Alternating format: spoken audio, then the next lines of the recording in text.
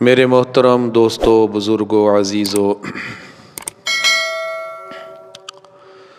اس کائنات کو اللہ رب العزت نے وجود بخشا ہے۔ اس کائنات کی بڑی چیزوں میں ایک چیز اللہ نے زمین بنائی ہے۔ زمین کی حقیقی ملکیت اللہ تعالیٰ کی ہے، اور عارضی ملکیت اللہ نے انسان کو دے رکھی ہے، مجازی ملکیت انسان کو دے رکھی ہے کہ ایک عرصے تک اس کی ملکیت دی، حقیقتاً اس زمین کے مالک اللہ ہے۔ انسان کی ملکیت عارضی اور مجازی ہے۔ تو اللہ رب العزت اس زمین پہ امن، سکون، چین دیکھنا چاہتے ہیں۔ اللہ رب العزت زمین پہ فساد کو ہرگز پسند نہیں فرماتے۔ قرآن کریم کی 20 آیات اس بات کا علم دے رہی ہیں کہ اللہ رب العزت زمین پر فساد کرنے والوں کو پسند نہیں فرماتے۔ وَلَا تُفْسِدُوا فِي الْأَرْضِ، زمین میں فساد نہ کرو،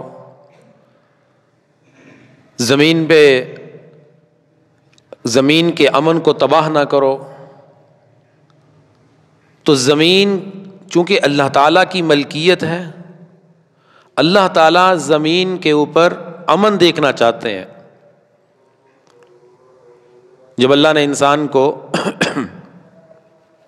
پیدا فرمانے کا ارادہ فرمایا تھا اور فرشتوں کے سامنے اس کا اظہار کیا تھا، فرشتوں نے بھی یہی کہا تھا، اللہ آپ ایسی مخلوق کو زمین پر بھیج رہے ہیں جو جا کر زمین پہ فساد کرے گی۔ تو اللہ تعالیٰ نے فرمایا تھا، میں تم سے زیادہ جانتا ہوں۔ عرض کرنے کا مقصد یہ ہے کہ زمین پر فساد اللہ کو ہرگز پسند نہیں ہے۔ زمین پہ جب ظلم ہوتا ہے تو زمین پہ فساد برپا ہوتا ہے۔ زمین کے اوپر جب کفر ہوتا ہے زمین پہ فساد آتا ہے۔ زمین پر جب شرک ہوتا ہے تو زمین پہ فساد آتا ہے۔ جب انسان آپس میں جھگڑتے ہیں تو زمین فساد سے بھر جاتی ہے۔ جب ایک دوسرے کے حقوق کو دبایا جاتا ہے، حقوق پورے نہیں کیے جاتے، حق تلفیاں کی جاتی ہیں، زمین پہ فساد برپا ہوتا ہے۔ کوئی شخص بھی اپنی ملکیت میں، اپنی زمین پہ، اپنے گھر میں فساد کسی کو برپا نہیں کرنے دے گا۔ تو اسی طرح اللہ بھی اپنی زمین پر فساد نہیں کرتے، بلکہ فساد کو پسند نہیں کرتے، اور فساد کرنے والوں کو ظالم کہا گیا ہے کہ جو اللہ کی زمین پر فساد برپا کرتے ہیں وہ ایک طرح کا ظلم کر رہے ہیں۔ اس لیے اللہ رب العزت نے زمین پر انسان کو بھیجنے کے بعد انسان کو ایسا قانون دیا، ایسا راستہ دیا، ایسا نظام دیا کہ اس نظام کے اندر رہتے ہوئے زمین کی زندگی بسر کرنی ہے تاکہ زمین کے اندر فساد نہ ہو۔ جو ہی تم اس نظام سے ہٹو گے، اس قانون سے ہٹو گے، اس راستے سے ہٹو گے، زمین پہ فساد ہوگا۔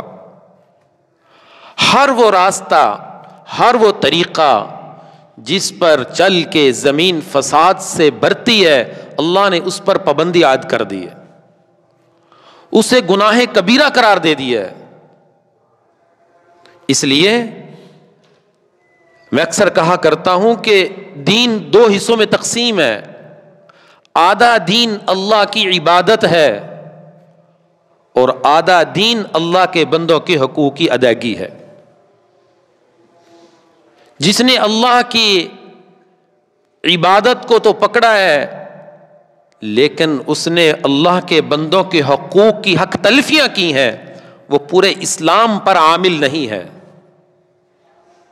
جبکہ مطالبہ کیا ہے کہ مسلمان کی کامیابی اللہ نے پورے اسلام پر عمل کرنے میں رکھی ہے۔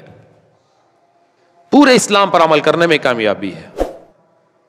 اس لیے بار بار یہ بات عرض کی جاتی ہے کہ کامل دین پر عمل کرنے کی کوشش کرو، اپنی زندگیوں کو پورے دین پر لانے کی کوشش کرو. آپ صلی اللہ علیہ وسلم نے صحابہ کے سامنے ایک مرتبہ ارشاد فرمایا میں تمہیں ایسی بات نہ بتلاؤں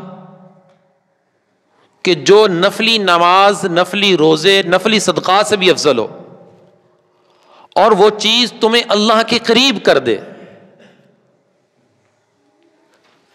اس سے پہلے اللہ کے نبی نے صحابہ کے اندر طلب پیدا کرنے کے لیے ایک سوالیہ انداز اختیار فرمایا. الا اخبرکم،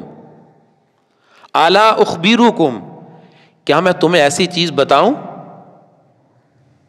کہ جو نماز سے، روزے سے اور صدقے سے زیادہ بہتر ہو؟ یعنی نفلی نماز، روزے، صدقے سے بہتر ہو، فرض کی بات نہیں، اس سے بہتر ہو اور اللہ کے تمہیں زیادہ قریب کر دے. صحابہ تو حریص تھے کہ اللہ کے نبی ایسی بات بتائیں، ہم اللہ کے قریب ہو جائیں. کون سا نسخہ ہے؟ وہ بڑے شوق سے، بڑی طلب سے ایسی باتوں کو آپ صلی اللہ علیہ وسلم کی زبان مبارک سے سننے کے لیے تیار ہوتے تھے اور اس پر عمل کرنے کے لیے تیار ہوتے تھے. صحابہ نے عرض کیا، قالوا بلا، یا رسول اللہ کیوں نہیں؟ کیونکہ جب تک طلب نہ ہو انسان کی زندگی کا رخ صحیح نہیں ہوتا. کسی چیز کو حاصل کرنے کے لیے اس کی طلب سچی بنانی پڑتی ہے. طلب ہو. مولانا روم فرماتے ہیں کہ پانی کی طلب سے زیادہ یہ ہے کہ پانی کی پیاس لگ جائے. جب پیاس لگتی ہے پانی کی طلب بڑھ جاتی ہے، اور جب طلب بڑھتی ہے وہ چیز انسان حاصل بھی کر لیتا ہے. اللہ اکبر. ایک شخص ایک اللہ والے کی خدمت میں حاضر ہوا، کہنے لگا کہ مجھے نبی پاک صلی اللہ علیہ وسلم کی زیارت کرنا ہے، مجھے کوئی وظیفہ بتائیں تاکہ مجھے خواب میں آپ صلی اللہ علیہ وسلم کی زیارت نصیب ہو جائے. انہوں نے فرمایا کہ فلاں وقت میں میرے پاس آنا گھر میں، تمہیں ایک نسخہ بتاؤں گا، ایک عمل بتاؤں گا، رات کو سرکار کی زیارت تجھے خواب میں ہو جائے گی. تو وہ اس وقت کے مطابق ان کے گھر میں گیا تو سب سے پہلے ان بزرگوں نے اس کے سامنے کھانا رکھا، اور کھانے کے اندر مرچ بھی کچھ زیادہ تھی اور پانی بھی ساتھ نہیں رکھا تھا. اب وہ کھانا تناول کرنے والا مہمان بزرگوں کی ایک عظمت، جاہ و جلال تھا، اس شرم میں وہ پانی بھی ان سے نہیں مانگ سکا کہ مجھے پانی لا کے دو، اور وہ احترام میں وہ کھانا کھا لیا جیسے کیسے اس نے کھایا. تو اس نے کہا کہ حضرت وہ نسخہ ارشاد فرمائے جو آپ نے عرض کیا، میں نے عرض کیا تھا، تو میں وقت کے مطابق آ چکا ہوں، تو مجھے وہ وظیفہ بتا دیں. تو وہ کہنے لگے کہ بیٹا نسخہ یہ ہے کہ پہلے ایک کام کرو، وہ یہ ہے کہ تم نے اب گھر جانا ہے، بغیر پانی پیے تو نے سو جانا ہے، بغیر پانی پیے تو نے سو جانا ہے. وہ گھر جاتا ہے اور بغیر پانی پیے، پانی کی طلب بڑی ہے کیونکہ مرچ بھی زیادہ تھی کھانے میں اور طلب بھی بڑی ہے، تو بغیر پانی پیے سو جاتا ہے. کیونکہ بزرگوں نے کہا تھا صبح آ کے مجھے بتانا بھی ہے کہ تو نے کیا دیکھا. تو صبح اٹھنے کے بعد جب وہ حاضر خدمت ہوتا ہے اور کارگزاری عرض کرتا ہے کہ میں نے رات پانی ہی دیکھا ہے، پانی کی دریا، نہریں، اس طرح کی چیزیں دیکھی ہیں، پانی اوپر سے آ رہا ہے، نیچے کو جا رہا ہے. تو پھر اللہ والے نے فرمایا کہ اے میرے دوست، جب کسی چیز کی طلب بڑھ جاتی ہے، شوق بڑھ جاتا ہے، وہ خواب میں خود ہی آ جاتی ہے. اپنے اندر دیدار کرنے کی طلب اتنی پیدا کر، اتنا شوق پیدا کر کہ بس جیسے تجھے پانی کی طلب تھی نا، اس سے بھی زیادہ سرکار کی زیارت کا شوق پیدا کر لے، زیارت ہو جائے گی۔ میں عرض کر رہا تھا، جب دین کی طلب، جب ہدایت کی طلب ہوگی تو اللہ ہدایت بھی نصیب فرما دیں گے۔ دنیا میں آج تک ایسا نہیں ہوا، آج تک ایسا نہیں ہوا جو اللہ کی طلب میں نکلا ہو اللہ اسے نہ ملا ہو، ایسا نہیں ہوا۔ دنیا کی طلب میں نکلنے والے ناکام لوٹ سکتے ہیں، مال و دولت کی طلب میں نکلنے والے ناکام لوٹ سکتے ہیں، ڈالر کمانے کے لیے امریکہ جانے والے نقصان میں آ سکتے ہیں، برطانیہ جانے والے پاؤنڈ کمانے کی نیت سے واپس آ سکتے ہیں، لیکن اللہ کی طلب میں نکلنے والا جو سچی طلب نکلا ہو، مولا کی طلب میں نکلا ہو، مولا کی عشق اور محبت حاصل کرنے نکلا ہو، مجھے ایک شخص پوری تاریخ میں لا کر دکھا دے وہ ناکام لوٹا ہو۔ اللہ تو اپنے بندوں پر بڑے رحیم ہے، تو طلب سچی ہو۔ اس لیے اللہ کے نبی نے بات بتانے سے پہلے صحابہ کے اندر طلب پیدا کی، الا اخبرکم، کیا میں تمہیں ایسی بات نہ بتلاؤں جو نفلی صدقے سے بہتر ہو، نفلی نماز سے بہتر ہو، نفلی روزے سے بہتر ہو، اور وہ چیز تمہیں اللہ کے قریب کر دے۔ صحابہ کی توجہ بڑھ گئی، طلب بڑھ گئی۔ جب صحابہ کا شوق اللہ کے نبی نے دیکھا، قالوا بلا، صحابہ کہنے لگے یا رسول اللہ ہمیں یہ بات ضرور بتائیں، اتنی اعلیٰ بات ہوگی جو اللہ کے قریب کر دے؟ اس لیے کہ وہ نماز کی فضیلت سن چکے تھے کہ نماز کے کتنے فضائل ہیں، روزے کے کتنے فضائل ہیں، صدقے کے کتنے فضائل ہیں، وہ سن چکے تھے کہ یہ چیزیں اللہ کے قریب کرتی ہیں۔ نفلی نماز پڑھنے سے اللہ تعالیٰ فرماتے جب بندہ نفلی نماز پڑھتا ہے، اللہ کے نبی نے فرمایا اللہ تعالیٰ اس کی آنکھ بن جاتے ہیں جس سے وہ دیکھتا ہے، کان بن جاتے ہیں جس سے وہ سنتا ہے۔ مطلب یہ ہے کہ پھر اس کا دیکھنا اللہ کی رضا میں ہوتا ہے، اس کا بولنا اللہ کی رضا میں ہوتا ہے، اس کا سننا اللہ کی رضا میں ہوتا ہے۔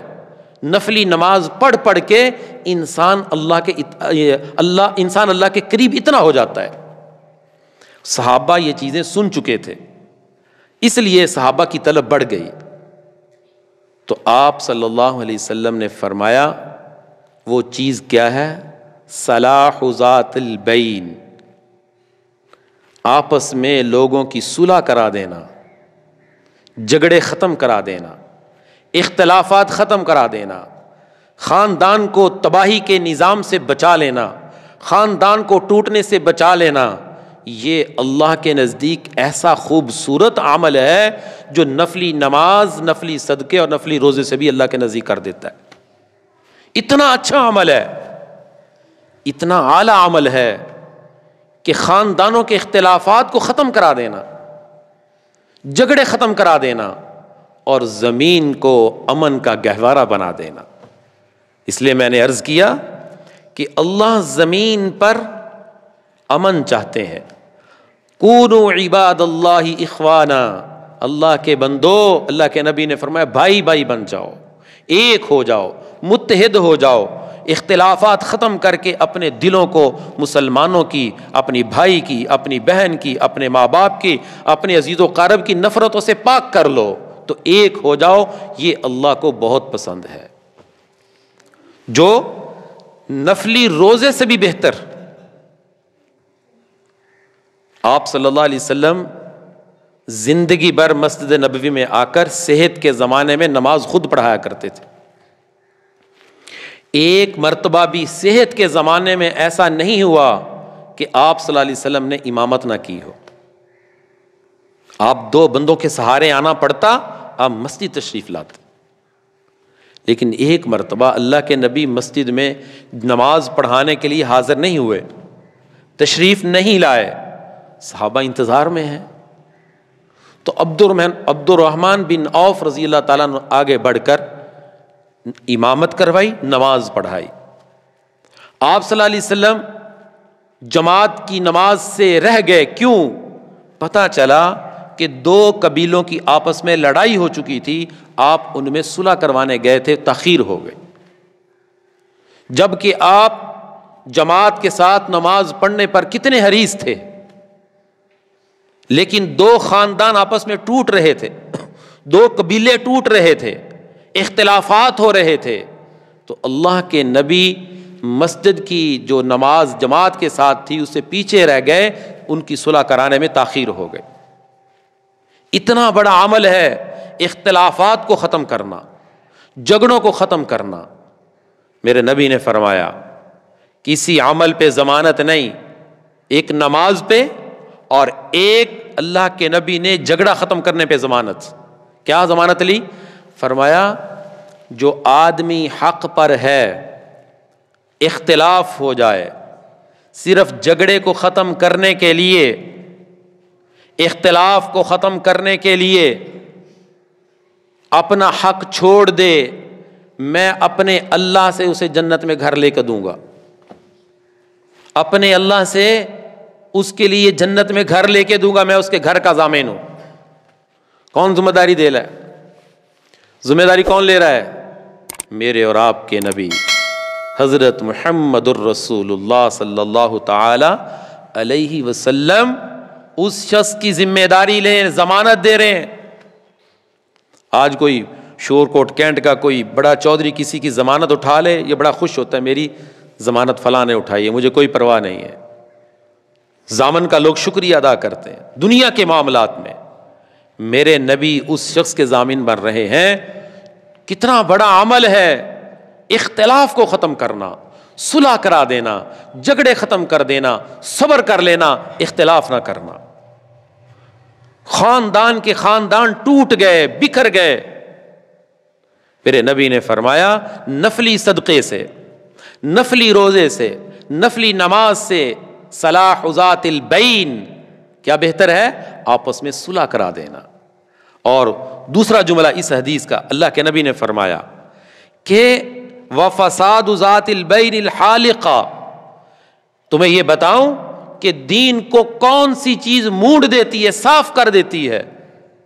تو آپ نے فرمایا آپس کے اختلافات، آپس کے جھگڑے، آپس کی لڑائیاں، یہ دین کو ختم کر دیتے ہیں۔ ظلمت آ جاتی ہے، تاریکی آ جاتی ہے، نحوست آ جاتی ہے، زمین کا امن تباہ ہو جاتا ہے جب آپس میں اختلاف ہوتا ہے، جھگڑا ہوتا ہے۔ شیطان شام کو کارگزاری لینے کے لیے اپنے چیلوں سے تخت لگاتا ہے، سارے آ کر اسے کارگزاری سناتے ہیں، جو جو انہوں نے گناہ کروایا ہوتا ہے۔ کوئی آ کر کہتا میں نے نماز چھڑوائی، کوئی آ کر کہتا میں نے یہ کیا وہ کیا۔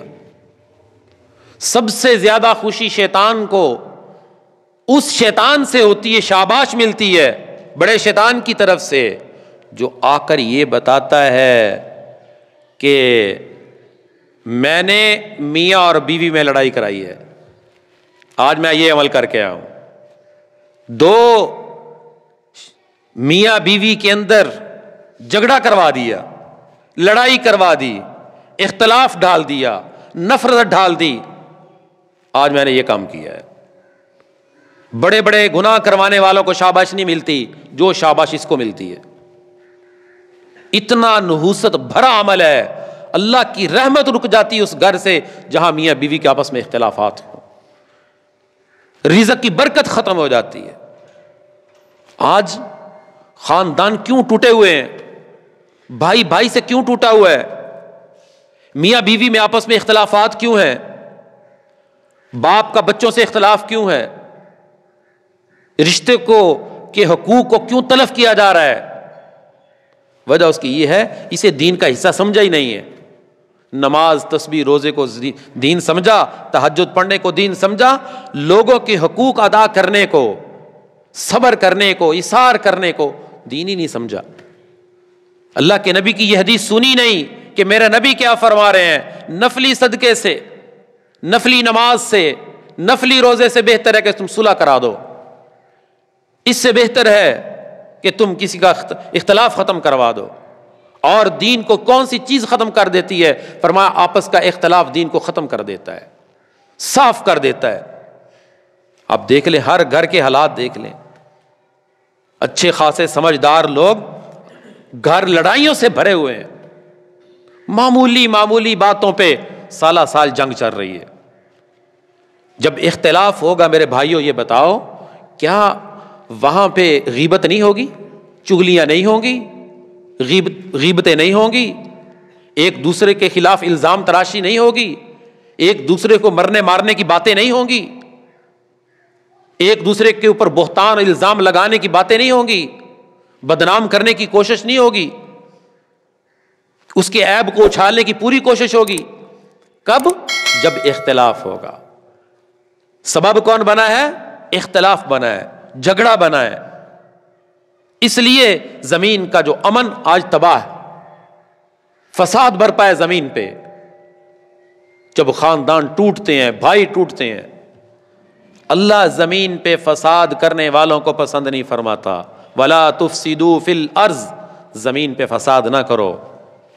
جہاں تعلق بن گیا اس تعلق کو نبھانے کی کوشش کرو، اس تعلق کو نبھانے کی کوشش کرو۔ عمارت کا بننا بڑا مشکل ہوتا ہے، توڑنا گرانا تو 1 منٹ کا کام ہوتا ہے۔ عمارت تعلق بنتا مشکل ہے، ٹوٹنا تو 1 منٹ میں ٹوٹ جاتا ہے۔ بھئی اگر کسی سے مناسبت نہیں ہے، نہ زیادہ ملو، نہ زیادہ اس کے پاس بیٹھو، لیکن سلام کرنا نہ چھوڑو، بول چال بند نہ کرو۔ جتنا بھی تمہیں اختلاف ہو جائے، تمہیں اس کے نظریات سے اتفاق نہیں ہے، اس کی رائے سے اتفاق نہیں ہے، اس کے پاس نہ جاؤ، اس سے دوستی نہ رکھو، اس سے تعلق نہ رکھو، لیکن سلام کرو، نفرت نہ رکھو۔ اختلاف ہو جائے کیا تو بدلہ لے لو، بدلہ لینے کی طاقت نہیں، معاف کر دو۔ تیسرا کام نہیں کر سکتے، دل میں کینہ نہیں پال سکتے۔ ہر مسلمان کا دل کینے سے بھرا ہوا ہے، کسی رشتہ دار کا کینہ، فلاں کا کینہ، فلاں کی نفرت، فلاں کا بغض۔ اللہ تعالیٰ لیلۃ القدر بھی اس شخص کی بخشش نہیں فرماتے جس کے دل میں کینہ ہوتا ہے۔ تو خاندان کے نظام کو چلانے کے لیے بندے کو رسول اللہ صلی اللہ علیہ وسلم کی تعلیمات کی طرف آنا ہے کہ کون سے اللہ کے نبی نے حل بتائے ہیں جس سے خاندانی نظام چلتا ہے، جس سے خاندان ٹوٹنے سے بچ جاتا ہے۔ اس کے لیے اللہ کے نبی کی تعلیمات ہمارے لیے ایک روشنی ہے، ایک پیغام ہے کہ کس طرح خاندان کے خاندان ٹوٹنے سے بچ سکتے ہیں۔ ایک اللہ والے حضرت حاجی امداد اللہ مہاجر مکی رحمۃ اللہ علیہ بڑی خوبصورت بات ارشاد فرماتے ہیں، فرمائے ایک کام مسلمان کر لے تو بہت سارے اختلافات ختم ہو جائیں گے۔ ایک کام کر لے، ایک اصول کی پابندی کر لے جس میں 2 باتیں آتی ہیں۔ فرمایا پہلی بات یہ ہے کہ مسلمان عاجز اور تواضع اختیار کر لے، عاجز بن جائے، تواضع اختیار کر لے، تکبر کو ختم کر دے۔ بہت سارے اختلافات تکبر کی وجہ سے جنم لیتے ہیں کہ میرا حق ادا نہیں کیا، میری عزت نہیں کی، مجھے فلاں پروگرام میں نہیں بلایا، مجھے احترام نہیں دیا، میرا یہ حق بنتا تھا، یہ چیز وہ چیز، منفی پہلو ذہن میں سوچتا ہے۔ اور یہ ساری فرما رہے ہیں کہ ساری باتیں یہ تکبر کی ہیں۔ تکبر ختم کر دے، عاجز بن جائے، تواضع اختیار کر لے کہ میں تو کچھ نہیں ہوں، لوگ مجھ سے اچھے ہیں، میں کمزور ہوں۔ اپنی عاجزی اپنے نفس کو بتائے کہ تو عاجز ہے۔ اور فرمایا دوسرا کام یہ کر لے کہ ایثار کر لے۔ ایثار کسے کہتے ہیں؟ اللہ کے نبی کا بہت بڑا عمل تھا کہ اپنے سے دوسرے کو ترجیح دینا، صبر کر لینا، تعلق نہ ٹوٹنے دینا، صبر کر لینا۔ صبر کا گھونٹ بڑا کڑوا ہوتا ہے لیکن پی لینا، اس سے فائدہ یہ ہوگا کہ اللہ بھی راضی ہو جائیں گے، اللہ کا نبی بھی راضی ہو جائے گا اور تعلق ٹوٹنے سے بھی بچ جائے گا۔ اور میرے نبی نے فرمایا کہ صبر کرنے والوں کو اللہ کیا دے گا؟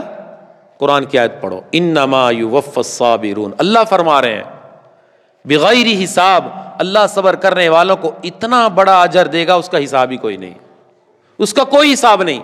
اب یہ والی فضیلت مسلمان کو یاد کیوں نہیں ہے؟ اس آیت کے اندر جو اللہ فضیلت دے رہے ہیں، جو ثواب دے رہے ہیں، جو اجر بتا رہے ہیں، یہ مسلمان کو کیوں نہیں پتا کہ صبر کرنے پر اللہ فرما رہے ہیں انما یوفی الصابرون اجرہم بغیر حساب، بغیر حساب کے اجر دوں گا۔ تو دوسری بات ارشاد فرماتے ہیں ایثار پیدا کر لو، ترجیح دو، دوسرے کی خاطر قربانی دو۔ صحابہ کی مثالیں ہمارے سامنے کتنا بڑا نمونہ موجود ہے۔ اللہ کے نبی کے پاس مہمان آئے،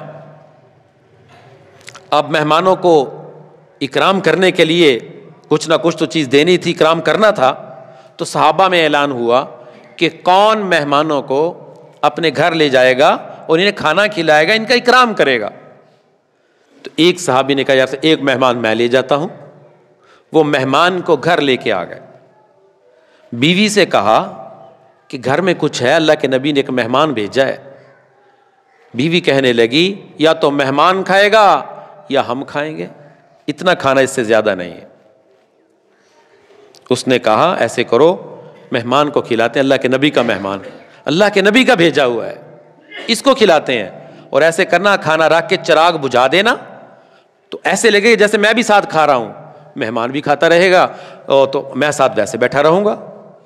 ایسے ہی ہوا، مہمان کو کھانا کھلایا گیا، مہمان کا اکرام کیا گیا، ایثار کیا، قربانی کی، ترجیح دی۔ تو جب وہ سرکار کی خدمت میں صبح حاضر ہوئے تو ان کی تعریف میں اللہ قرآن نازل کر چکے تھے۔ 28ویں پارہ سورۃ المجادلہ کی آیت اللہ نازل کر چکے تھے، وَيُؤْثِرُونَ عَلَىٰ أَنفُسِهِمْ وَلَوْ كَانَ بِهِمْ خَصَاصَةٌ، کہ ایسے مسلمان جو اپنے اوپر دوسرے کو ترجیح دیتے ہیں۔ اللہ عرش الہی سے اس کی تعریف کر رہا ہے، اللہ کو اتنا پسند ہے یہ عمل کہ کسی مسلمان کو ترجیح دے دینا۔ غزوہ احد کے اندر جب زخمی کو پانی پلایا جا رہا تھا تو پانی لے کر ایک کے پاس پہنچے، زخمی ہے، اس نے کہا نہیں میرا ساتھ والا بھائی زیادہ ضرورت مند، اس کو پلاؤ۔ اس کے پاس پہنچے، اس نے کہا نہیں ساتھ والا زیادہ ضرورت مند ہے، اس کو پلاؤ۔ اس کے پاس، اس نے میرے ساتھ والے کو پلاؤ، اور سارے شہید ہو گئے۔ واپس آئے تو سارے شہید ہو چکے تھے۔ زخموں کی حالت میں، پیاس کی شدت میں ترجیح کس کو دی جا رہی ہے؟ دوسرے مسلمان کو۔ اللہ اکبر۔ اور یہ مسلمان کا، آج کے مسلمان کا کیا حال ہے؟ یہ بیوی کی بات پہ صبر نہیں کر سکتا، بیوی سے غلطی ہو جائے اس پر صبر نہیں کر سکتا، سر آسمان پہ اٹھا لے، سر پہ آسمان اٹھا لیتا ہے۔ معمولی بات پہ جھگڑا، معمولی بات پہ جھگڑا ہو رہا ہے، کپڑے استری نہیں ہوئے، بس اس کی زبان دیکھو کیسے چلتی ہے، اسے پتہ ہی نہیں میں کیا بول رہا ہوں، کس کو بول رہا ہوں، میں کس کا امتی ہوں، میرے نبی کی تعلیمات کیا ہیں، میرے لیے قرآن کیا بتاتا ہے۔ عورت کو تو پتہ نہیں کیا سمجھتے ہیں۔ اللہ کے نبی کی تعلیمات دیکھو، قرآن کی تعلیمات دیکھو، قرآن کہہ رہا ہے، اور ہر مسلمان اپنی زندگی کا محاسبہ کرے کہ میرے اندر کتنی کی قربانی ہے، باہر کیا قربانی کرے گا، یہ تو گھر میں قربانی نہیں کرنے کو تیار۔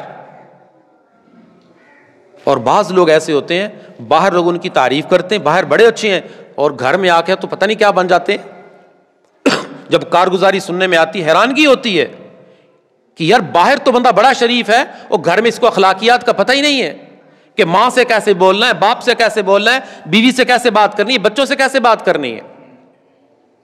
اللہ کے نبی کو یہ عمل پسند نہیں ہے، عرش معلیٰ پہ اللہ کو بھی یہ کام پسند نہیں ہے۔ زمین اللہ کی ہے، اللہ زمین پہ امن دیکھنا چاہتے ہیں، اللہ زمین پہ سکون دیکھنا چاہتے ہیں، اللہ زمین پہ اطمینان دیکھنا چاہتے ہیں، اور اعلان کر رہے ہیں وَلَا تُفْسِدُوا فِي الْأَرْضِ، زمین پہ فساد نہ کرو، یہ زمین میری ہے، تمہیں تو عارضی ملکیت دی ہے 50 سال 70 سال کے لیے، بس تمہاری ملکیت ختم۔ مالک یوم الدین، قیامت کے دن کا مالک بھی اللہ ہے، زمین کا مالک بھی اللہ ہے، کائنات کا مالک اللہ ہے۔ جس طرح تم اپنے گھر میں عارضی سی ملکیت میں اس کو خراب کرنے نہیں دیتے کہ میرا گھر ہے، میرے گھر کو کیوں کوئی خراب کرے، تو اللہ چاہتے میری زمین کو تم خراب نہ کرو، شرک کر کے، ظلم کر کے، لڑائی کر کے، جھگڑے کر کے تم میری زمین کو کیوں خراب کرتے ہو، میری زمین پہ فساد نہ کرو۔ میرے بھائیو، آج کی اس مجلس میں عزم کر لیں کہ انشاءاللہ ایثار کریں گے، قربانی کریں گے، لیکن تعلق کو نبھائیں گے۔ بھائی کا تعلق ہے، بہن کا تعلق ہے، ماں باپ کا تعلق ہے، چچا کا تعلق ہے، تایا کا تعلق ہے، خالہ کا تعلق ہے، پھوپھیوں کا تعلق ہے، کتنے خوبصورت اللہ نے رشتے بنائے۔ کوشش کر لیں، ایثار کر لیں، قربانی کر لیں، صبر کر لیں، انشاءاللہ اللہ کے قریب تمہیں یہ عمل کر دے گا۔ میرے نبی نے فرمایا یہ والا عمل نفلی نماز سے بہتر ہے، نفلی صدقے سے بہتر ہے، نفلی روزے سے بہتر ہے، یہ عمل میرے بندے کو میرے قریب کر دیتا ہے۔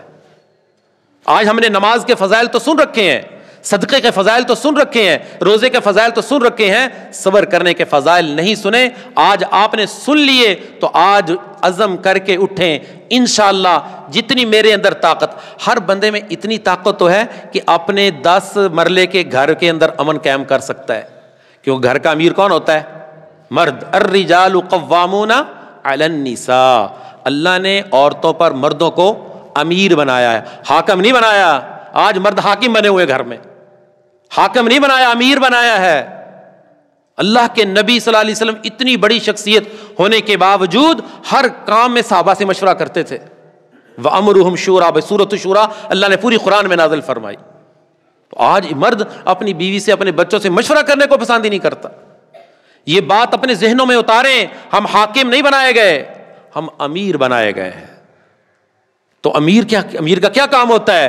رعایا سے مشورہ لے کر چلتا ہے، ان کی بھی رعایت رکھتا ہے، فیصلے نہیں سناتا، آرڈر نہیں سناتا، اگرچہ فیصلہ مرد کا ہی گھر میں چلے گا، لیکن اللہ نے قانون بھی دیا، طریقہ بھی دیا، زندگی گزارنے کے اصول بھی بتائے ہیں۔